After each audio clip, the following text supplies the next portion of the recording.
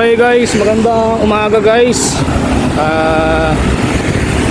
Dito tayo ngayon sa kalsada. Papunta tayo ng Latagan, Marikina, no? Hindi na ako pumunta ng UP kanina kasi wala sa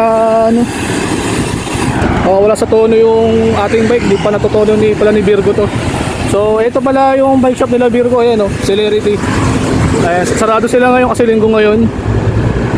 Hindi niya ito inaayos, hindi niya tinuno na maayos to. Kasi delay pa rin yung kadena ko. So mahirap umawat pag ganito. Delay yung kadena. So sila Kuya Jem, hindi sila makakapag-bike ngayon kasi linggo ngayon.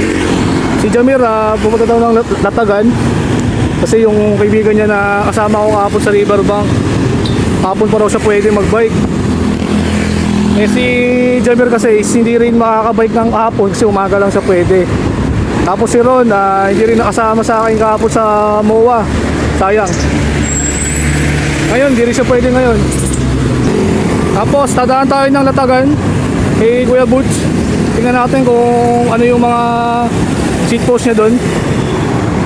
Kasi itong frame na to baka susunod na baka bitawan ko na to. Yung seat post kasi na ito maluwag sa seat tube. Feeling ko lang kaya titingin tayo ng mga seat post doon kay Kuya Butch kung ano yung mga seat post doon na swak dito. Sila Erwin Mabesa at saka si Otep, sasama sana talaga ako sa kanila kanina sa Parawaga, kaya lang kasi baka kanina ako, baka kabutan ako ng tanghali. Kasi dapat pag meron talaga kayo pupunta na lugar, dapat maaga kayo maalis. Kahit sa kahit mga alas 5. Kasi medyo na yung medyo langanin na yung 5:30, alas 6. Kasi malayo din yung Parawaga kasi isipin mo dadaan ka pa ng Montalban. Tapos nakaana ka dun sa may Ao na yun. Kaya medyo talaga yun, malayo talaga yun. Dapat ang alis dapat doon is talaga dapat alas 5 para kahit pa paano alas 7 doon na kayo. Nakikita ko nila si Jamil dyan sa Latagan na yun, may mga naglalatag naman din. A few minutes later. Yun guys, magandang umaga guys. Tayo ngayon sa River Park dito sa Latagan, Marikina. Ayan si Jamir nandito. Hindi tayo naka-on sa Antipolo ngayon dahil di tayo nakapag-UP, di tayo nakapag-Parawaga, di tayo nakapag Kamad ka kasi. Cloud9 dahil hindi kasi naglolo ko nga yung ating cambio. Garing! Di yata na tono ng maayos to. So ngayon ko lang na pagtanto na 31.6 pala seat post na ito, itong frame na to. Sa tagal ko nang ginagamit tong frame na to, ngayon ko lang nalaman na 31.6 pala to.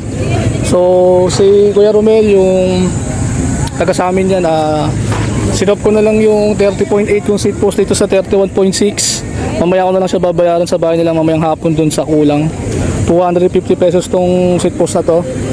Dapat ang kukunin ko talaga true batib na dilaw, kaso ito na lang kinuha ko kasi tawag dito, hindi nakalapat yung dito. Hindi nakalapat yung sa true batib niya, pero original yun. 350 na lang niya binibenta. Kaya ito na lang kinuha kong seat post sa kanya na 250 lang to.